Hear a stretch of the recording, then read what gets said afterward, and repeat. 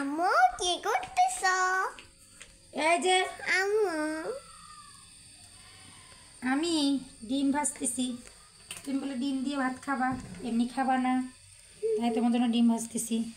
গরম হয়েছে মানে।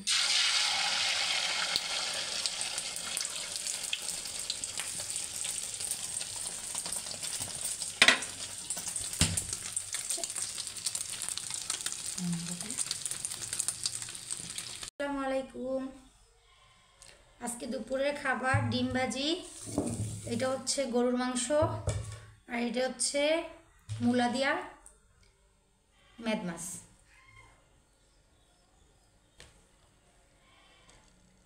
সবই খুব মজার মজার রান্না, মজার মজার খাবার। কিছু বলবা আম্মু? খাচ্ছ পানি?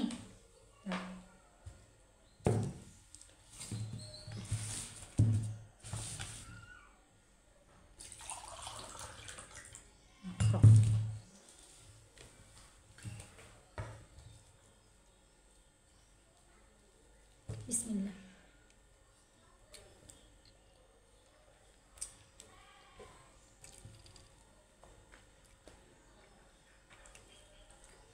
আজকে আমাদের এখানে প্রচুর পরিমাণে কুয়াশা পড়ছে, রোদ নাই কোনো, প্রচুর ঠান্ডা।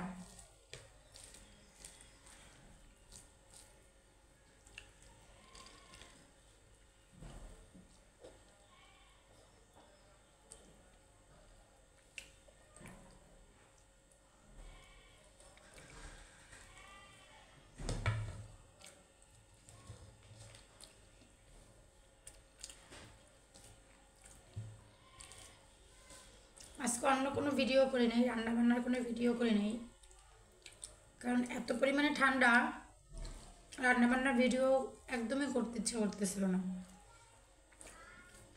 মনে হয় সারাক্ষণ শুধু কম্বলের ভিতর থাকি, এত পরিমাণে ঠান্ডা, উঠতে ইচ্ছা করে না। আর আমার মেয়ে কি বলে জানে না, আমার মেয়ে বলে যে আম্মু তাহলে তোমার হাত দিয়ে খাওয়া লাগবো না, আমি তোমারে খাওয়াই দিই।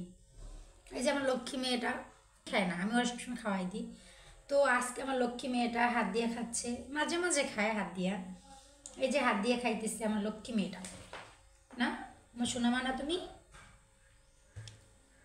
সব কথা শুনে আমার মেয়ে, জানেন অনেক লক্ষ্মী একটা মেয়ে আমার। আলহামদুলিল্লাহ, আল্লাহ আমাকে এরকম একটা লক্ষ্মী মা দিছে। আমার মাটাকে আমি মাও ডাকতে পারি, বাবাও ডাকতে পারি, এর জন্যই আল্লাহ আমাকে একটা মা দিছে। দেখবেন আমার মা কি করে, এদিকটা এসে সবাইকে হাই দিয়ে দাও। এই তোমার ভাত কিন্তু রয়েছে এখানে, সবাইকে বলো যে আমি সুন্দর লক্ষ্মী মতন খাই, বলো আমি সুন্দর লক্ষ্মীর মতো খাই। তুমি ভালো মেয়ে। বলো তোমার সবাই খাবার খেতে চলে আসো। তোমরা সবাই খাবার খেতে চলে আসো। খাও। কোনো খাবার যদি আপনি রান্না করেন না, সেটা যদি আপনার কাছে মনে হয় যে এটা আমি তৃপ্তি সহকারে মজা করে খাবো, তাহলে দেখবেন সেই খাবারটা অনেক মজা লাগবে। আর যদি প্রথমেই যদি বলেন ভালো লাগে না, কেমন হবে, তখনই সেই খাবারটা আপনার কাছে স্বাদ লাগবে না।